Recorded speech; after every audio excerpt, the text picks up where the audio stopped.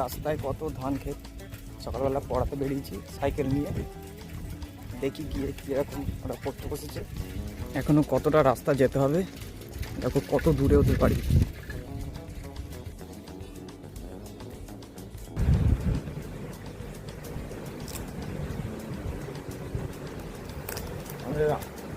আমাদের পেন্সিল বক্সটা খারাপ হয়ে গেছে, একটু ঠিক করে দিচ্ছি নাকি।